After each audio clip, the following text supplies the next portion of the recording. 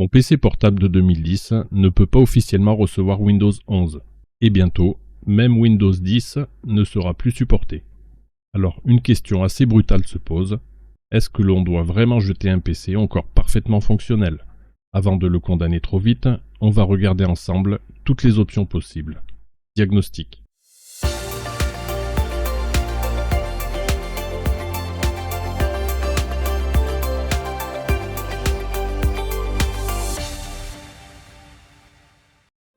Cette année, les prix de l'informatique ont littéralement explosé.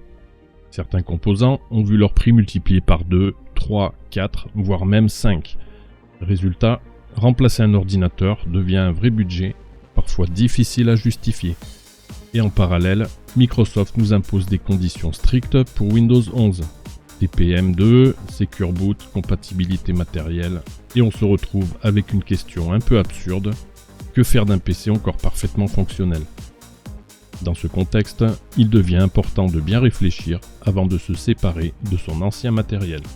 Parce qu'au-delà du prix, prolonger la durée de vie d'une machine est souvent possible, avec quelques améliorations simples et peu coûteuses.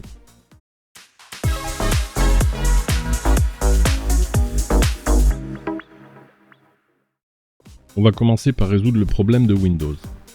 4 choix possibles. Première option, acheter un PC neuf. Solution simple, mais clairement coûteuse. Et honnêtement, dans mon cas, mon vieux PC portable reste encore capable de faire beaucoup de choses utiles. Deuxième option, continuer avec Windows 10. C'est la solution la plus simple, mais aussi la moins sécurisée après la fin du support. Il n'y aura plus de mise à jour de sécurité. Personnellement, ce n'est pas celle que je vais choisir, et je ne vous la recommande pas sur le long terme. Troisièmement, forcer l'installation de Windows 11. Oui, c'est possible. Certaines solutions comme Rufus permettent de créer une clé USB d'installation en contournant certaines vérifications comme le TPM, le Secure Boot ou les limitations matérielles. Cette méthode fonctionne dans certains cas, mais reste un contournement. Elle peut poser des limites de compatibilité ou de stabilité selon les machines. Quatrième option, installer un autre système d'exploitation. Dans mon cas, c'est la solution que j'ai retenue. J'ai choisi Linux Mint car c'est une distribution simple, stable et très accessible quand on vient de Windows. En informatique, il existe rarement une seule bonne réponse. Il existe surtout des solutions adaptées à un contexte. Mon objectif n'est pas de vous dire quoi choisir, mais de vous montrer pourquoi, dans le cas de mon vieux PC portable, Linux Mint me semble être la solution la plus pertinente.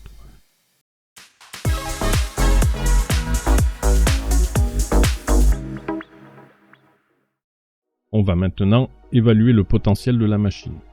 Depuis quelques années, le matériel informatique a fortement augmenté.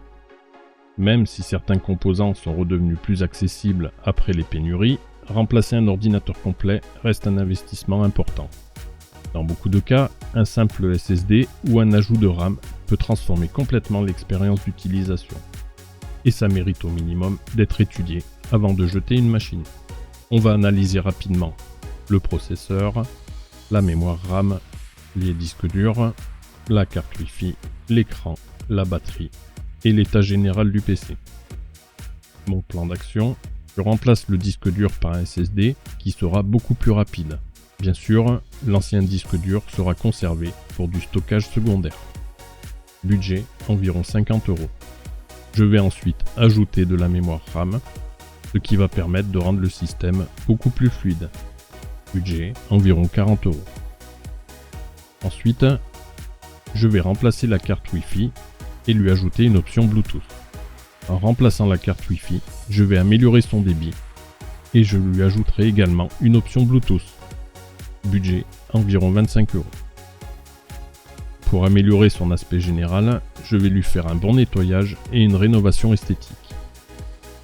Le PC est usé, certains matériaux sont désagréables au toucher, donc je vais lui faire un nettoyage à l'alcool isopropylique et lui ajouter un revêtement de finition. Budget environ 20 €. Ce que je garde, le processeur et la carte mère que je ne peux de toute façon pas remplacer. L'écran est fonctionnel et le châssis est globalement bon. J'aurais pu remplacer la batterie, mais dans mon cas ce n'est pas indispensable. Le PC sera principalement utilisé branché, soit sur un onduleur, soit sur une protection électrique. Finalement, un PC ancien n'est pas forcément un PC bon pour la poubelle.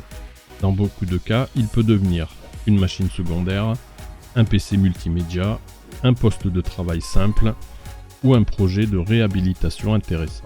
Tout dépend de ce qu'on en attend et surtout du système qu'on choisit pour lui donner une seconde vie. Dans les prochaines vidéos, nous verrons ensemble comment transformer ce type de PC en véritable machine fluide et moderne avec Linux Mint. En attendant, prenez soin de vous, à bientôt, ciao.